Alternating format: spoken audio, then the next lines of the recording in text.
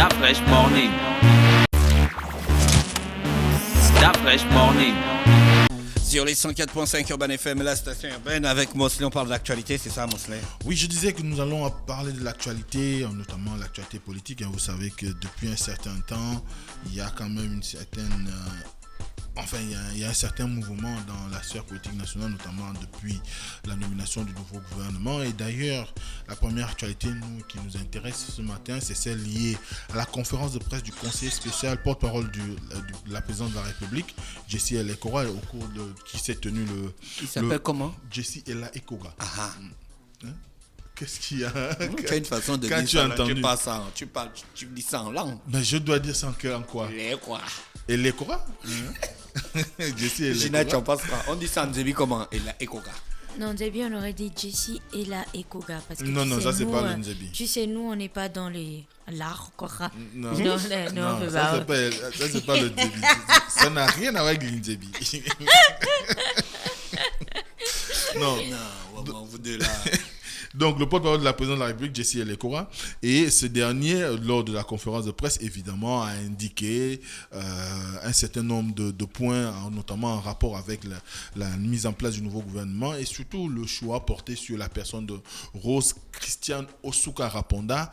Aujourd'hui, elle n'est plus la présenter. Tout le monde sait que finalement, c'est la personne idoine, notamment en ce qui concerne ce poste-là, étant donné que le porte-parole... À chaque fois que quelqu'un dit douane, je pense à Macédoine. C'est bon, Macédoine. Moi aussi. Donc, évidemment, ce qu'il faut savoir, c'est que lors de cette sortie, le porte-parole de la présidente de la République a signalé que ce qui, en réalité, qui pouvait, du moins ce qui a conduit à la nomination de ce gouvernement ou de changement de Premier ministre, évidemment, c'était le fait que Julien Korbokala ne répondait plus aux enjeux de l'heure. Et les enjeux de l'heure, les enjeux de l'heure, tout le monde les connaît. C'est beaucoup plus la relance de l'économie. Les enjeux de l'heure, c'est de répondre aux attentes des populations gabonaises. Vous savez qu'avec la Covid-19, il est impératif aujourd'hui que le gouvernement trouve des stratégies qui soient en mesure de pouvoir permettre à ce qu'il y ait non seulement la relance de l'économie, mais surtout qu'on assure un quotidien plus ou moins intéressant pour les populations, parce que il y a des stigmates liés à la période d'inactivité pour un certain nombre d'organisations, notamment... Quoi, il croyait déjà que c'était la fiesta?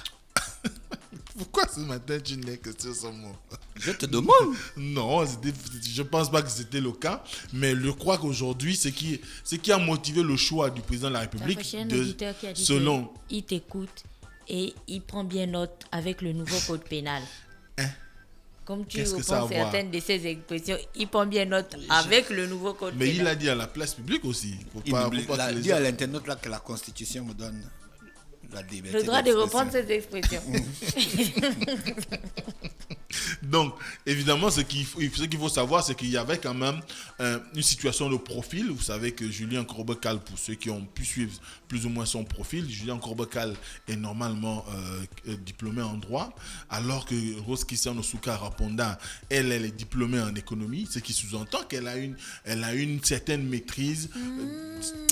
Voilà, donc elle a une certaine maîtrise de la sphère économique, et aujourd'hui, les besoins qui s'expriment étant beaucoup plus dans le cercle économique, il fallait qu'on prenne quelqu'un qui non seulement sur le plan professionnel a des aptitudes pour pouvoir réellement imprimer la volonté de relance de l'économie, mais aussi qui a une lecture suffisamment intéressante de la sociologie au niveau de notre pays, mais également de l'économie nationale, puisqu'elle a été directrice de l'économie, donc elle connaît tout ce qui tourne autour des agrégats économiques du Gabon. Et dès cet instant, il fallait normalement on ne pouvait qu'arriver à ce choix, parce qu'elle présentait tout ce qu'il y avait comme critère pour pouvoir bénéficier de cette nomination. Ensuite, il y a le fait qu'également, elle jouit quand même d'une certaine reconnaissance sur le plan international, notamment auprès des organismes internationaux, et que la mettre là, c'est sous-entendre que les partenaires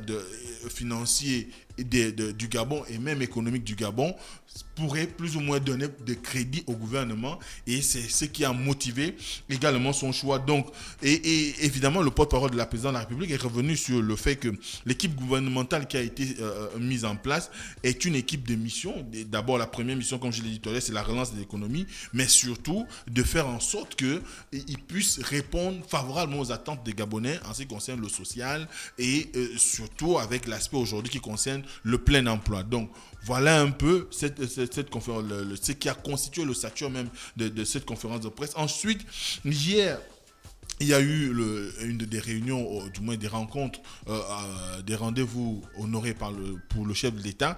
Notamment, il a reçu Madame Madeleine Mourantou, qui est la présidente de la Cour constitutionnelle, et l'archevêque de Libreville, Monseigneur Patrick Ibaba. Non, ne dis pas ça.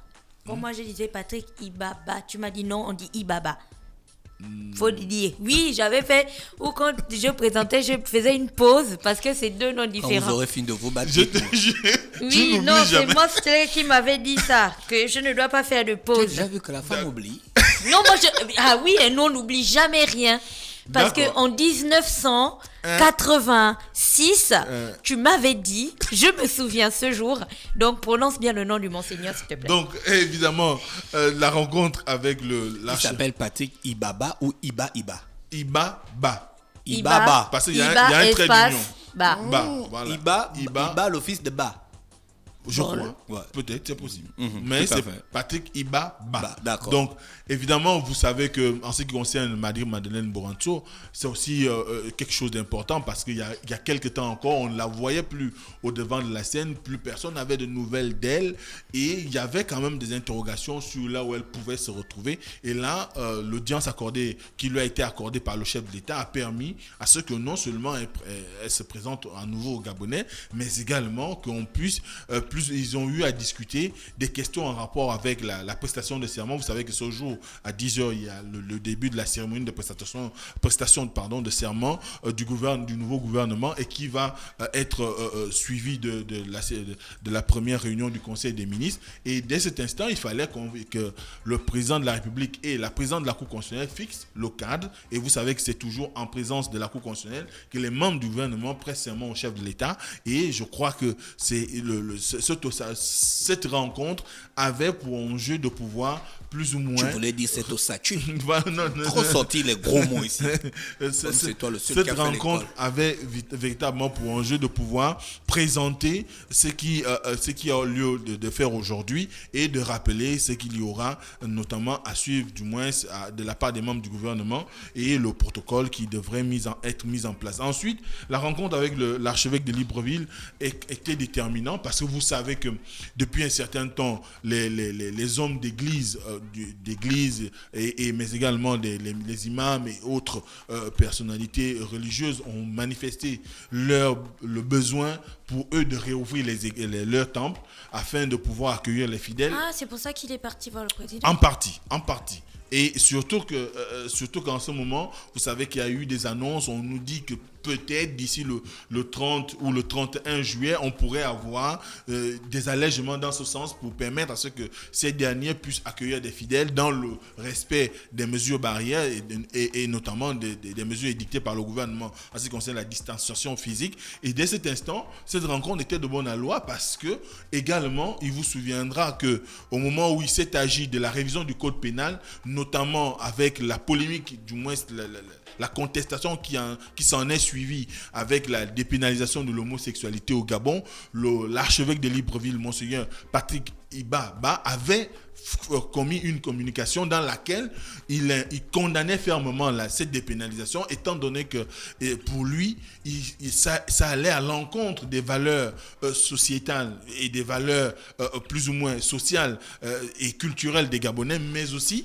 des valeurs religieuses qui sont la foi chrétienne, et que dès cet instant, pour lui, il n'était pas question que les députés gabonais puissent accéder à une telle requête. Et je crois que cette rencontre a été l'opportunité pour les deux personnalités de pouvoir plus ou moins s'entendre sur peut-être de nouvelles bases, mais n'empêche qu'aujourd'hui, certainement le chef de l'État lui a donné un certain nombre d'informations qui ont peut-être privilégier la promulgation de la loi, mais n'empêche que je crois l'archevêque de Libreville avait besoin de cette rencontre-là pour pouvoir faire le tour de ces questions-là, et surtout qu'aujourd'hui on sait par exemple que en ce qui concerne la contestation par rapport à la dépénalisation de l'homosexualité, on a quand même un prêtre qui vient d'être victime d'une affectation disciplinaire, notamment celui qui portait la tête de la contestation au niveau du département d'Item, Jean-Bernard Assokonvé. Il a été affecté dans un village reclus qu'on appelle Viafé, alors qu'il n'y existe pas de paroisse.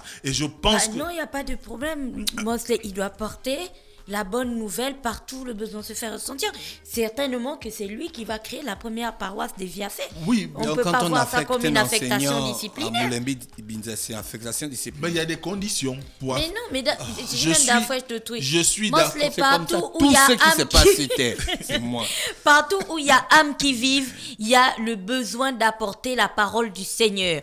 Donc, ce n'est pas une affectation disciplinaire.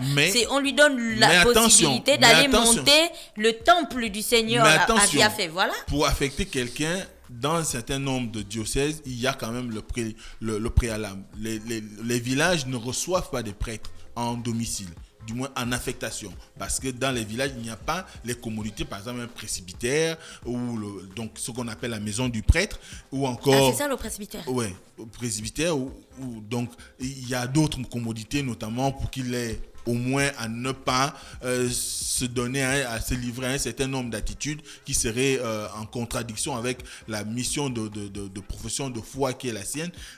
Et dès cet instant, affecter un prêtre qui était déjà dans une paroisse, dans un village, alors que ces communautés ne sont pas réunies, et bien quelque part, ça passe quand même très mal. J'espère que ça a été quand même au cœur de la rencontre entre le chef de l'État et l'archevêque de Libreville, étant donné que si l'archevêque de Libreville a eu à faire cette communication, c'est quand même la première autorité religieuse, notamment en ce qui concerne l'église catholique au Gabon.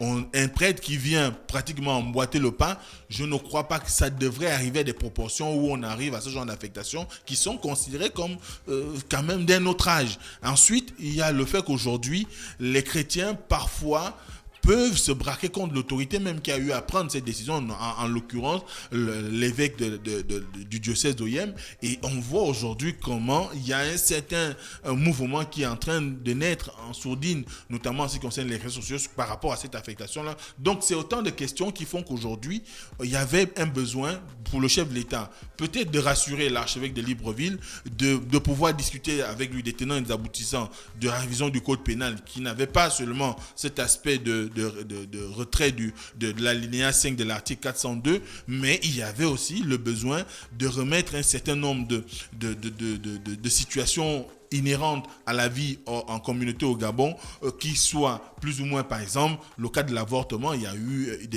le législateur a eu à se prononcer là-dessus, la question de la filiation, les questions en rapport avec l'exposition des individus sur les réseaux sociaux. Donc, plusieurs aspects ont été revus lors de la révision de ce code pénal, et certainement, oui, Gina?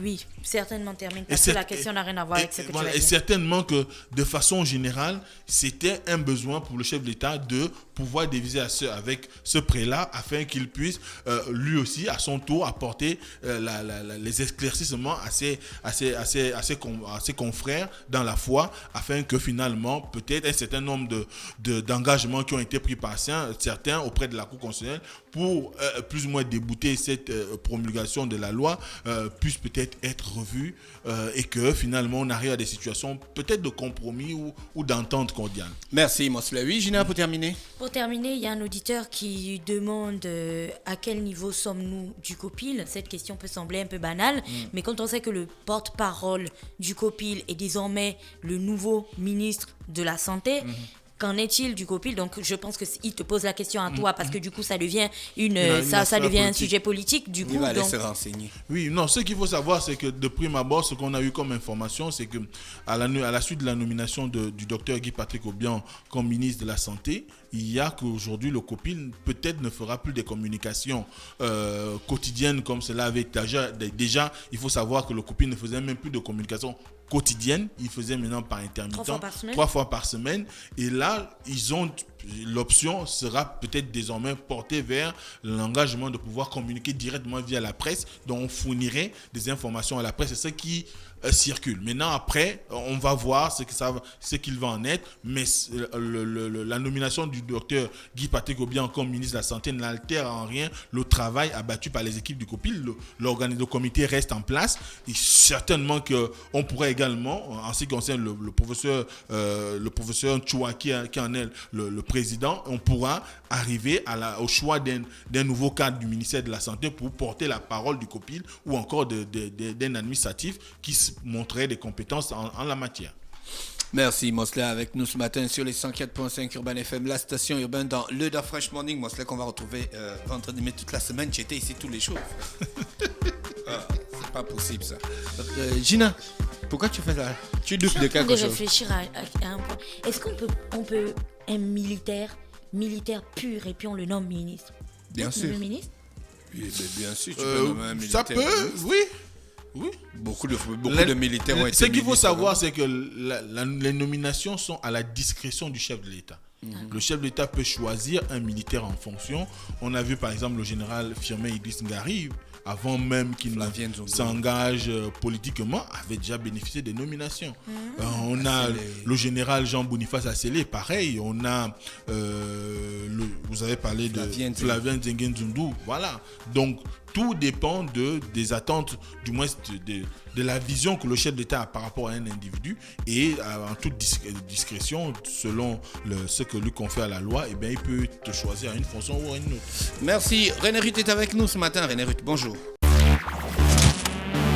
Da Fresh Morning.